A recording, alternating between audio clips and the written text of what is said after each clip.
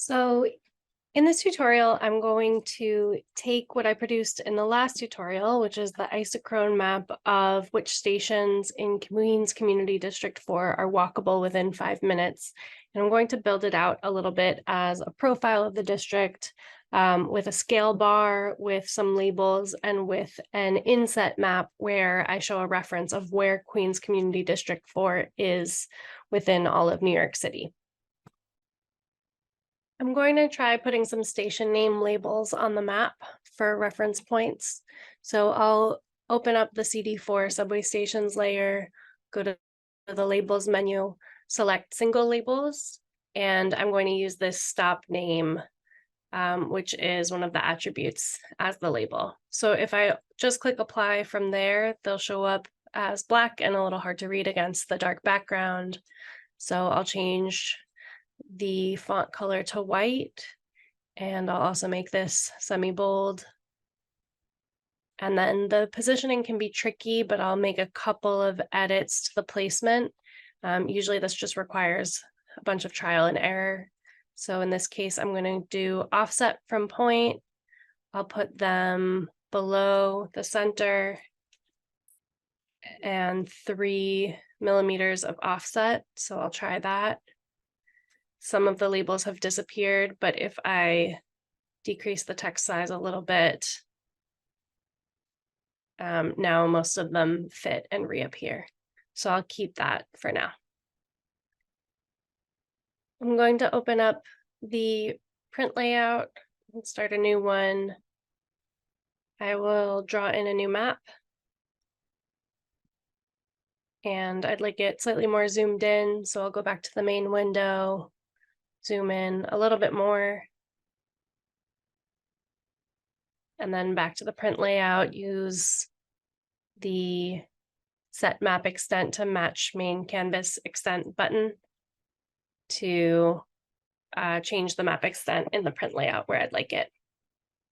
I'm going to add a scale bar.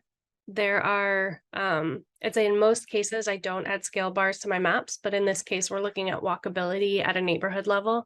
So I think a scale bar could be very helpful for the audience to understand, for example, how far of a distance is it from one end of the community district to another.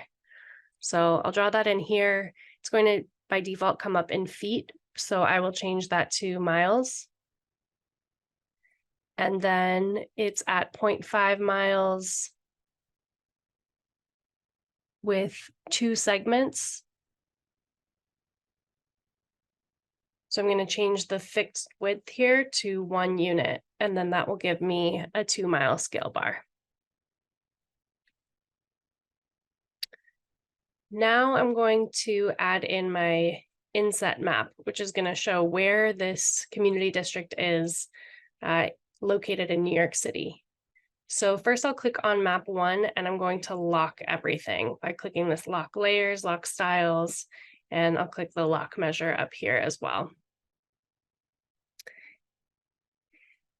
Back in my main project window, I'm going to bookmark this view of the community district so I can go back if I need it. So I'm going to use the help menu to find the bookmarks in panels. It's the spatial bookmark manager.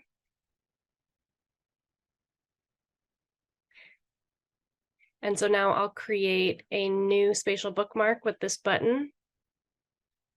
And I'll call this CD 4041 and save it. And now I'm going to go out to the view of all of New York City. And I'm going to turn off the layers that I don't want to appear at this larger zoomed out level. And I'll add this as a bookmark as well as NYC 1.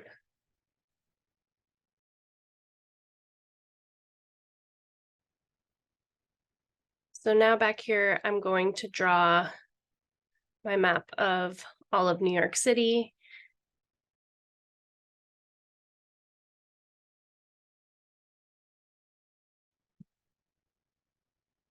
And here in the item properties for map 2, I'm going to scroll down to overviews, and I want to add an overview.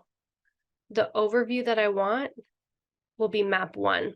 And then you'll see a little red rectangle appear where the map extent is for this main map. And I can change the style of that frame if I'd like to.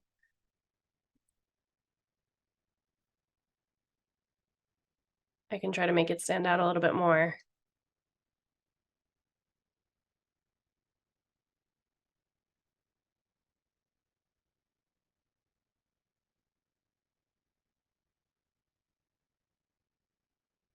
I can also move this inside of my main map area if I'd like to.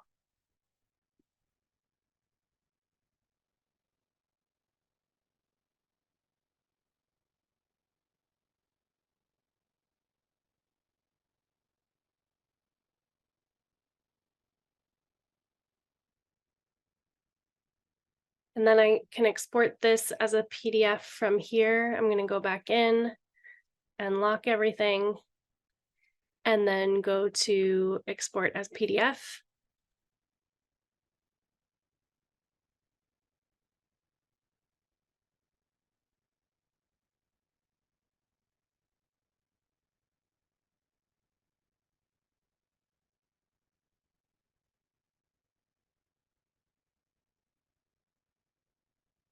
And here's my result that I get.